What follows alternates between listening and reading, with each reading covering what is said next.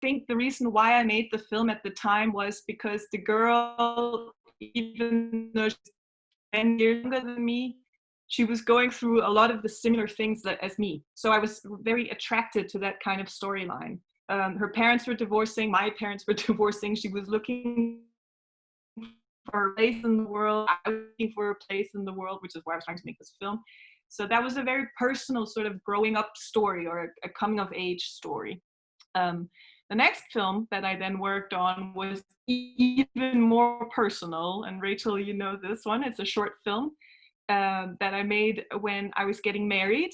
I decided to turn the camera around and film myself and put myself a little bit on the and share my own emotional world or whatever with the camera, which taught me a lot about editing documentary, because the second it's filmed, it's no longer it's you need to work with what you've got, and you can't say, oh, but in reality I'm not really like this. It doesn't matter, it's filmed, so you have to work with what you got, and you have to make characters out of it, just like a fiction film.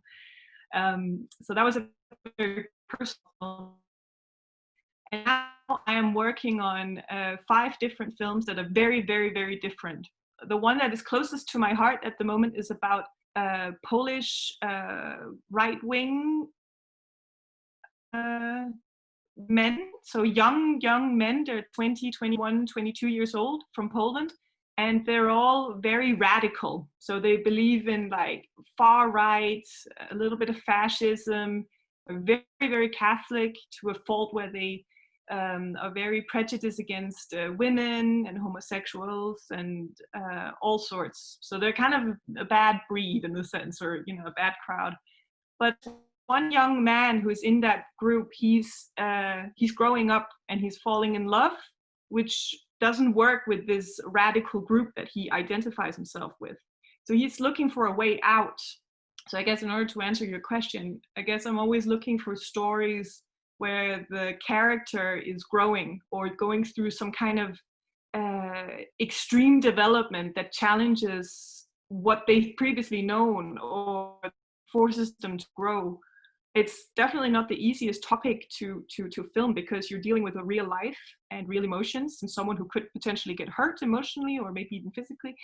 But that's what I'm most attracted to, is these very social, sort of personal, very, very personal stories.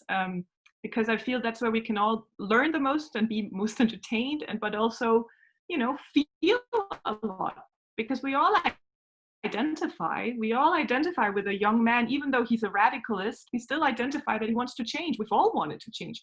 Another film that I'm working on is a film about an old man who fled Israel 50 years ago because he disagreed with the occupation of Palestine.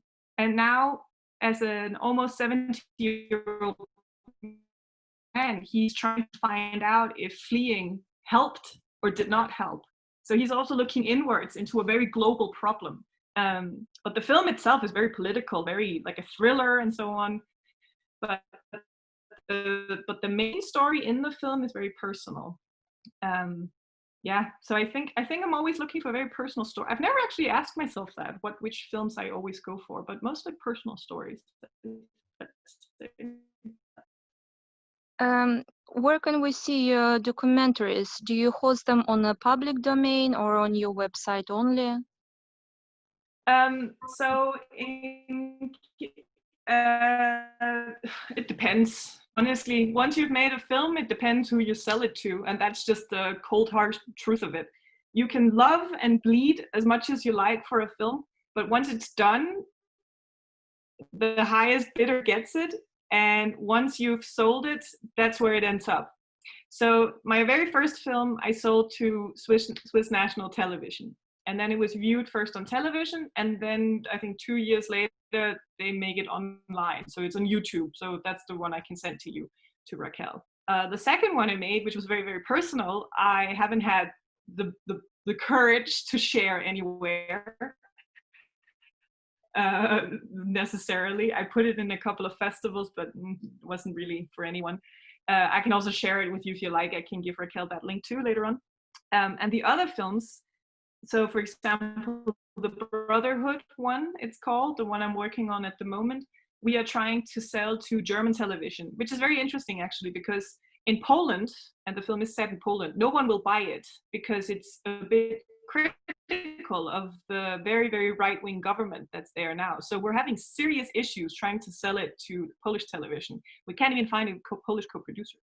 At the same time, we are also looking into selling it to Netflix. So we had a meeting with Netflix, and Netflix, they also said it's a beautiful story, it's beautifully filmed, but it's very, very political, and we are essentially, Netflix is very scared of political things. I mean, they will show you like true crime, and they will show you you know, like salacious things and really stupid comedy, but when it comes to being a little bit courageous and challenging stuff, then they're like, oh, no thanks. But we might be selling it to German television, so the German public broadcaster, and then, you know, it'll be sold there and then go on into online eventually as well. I guess that's the thing with public broadcasters, they usually end up putting their stuff online. What else? And other than that, I mean, yeah, sorry. Well, on your current projects, you're working probably with the bigger teams now. Do you get grants, or you apply for some sort of funding to support your projects?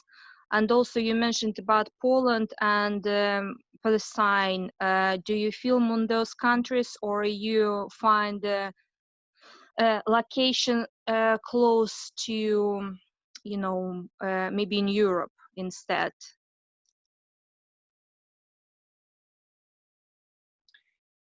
We film on location always. So Ilan, the older gentleman who's making a film about his own kind of occupation of Palestine, he's going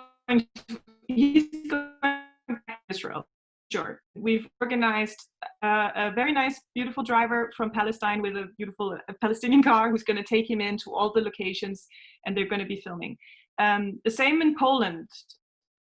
On location in Poland, and filming with these people, we're not faking anything, because you have to be where the people are.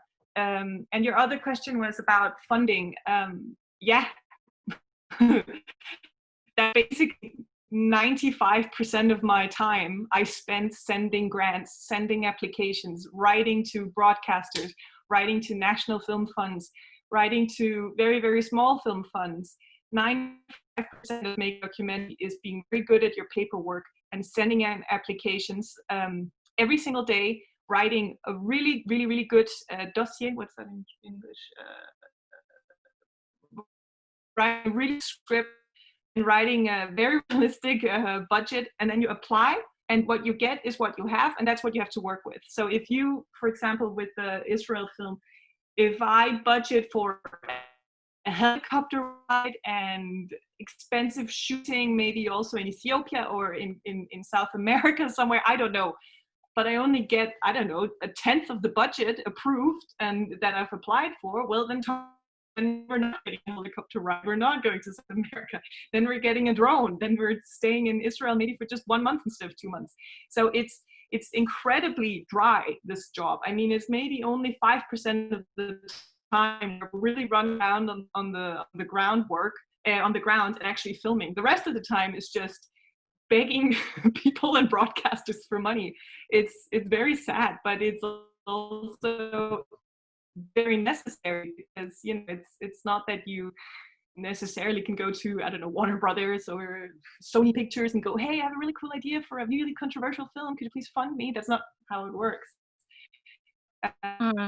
Which is also okay if you want to have it shown on television, then you have to, you know, sell your film. And I see this, Martin has a question. Should I, or can I move on to this one? Sorry, or do you have any? Just before, with the funding, as you said, do you apply within one country, or you try to get funds from different countries where you're shooting? Or yeah,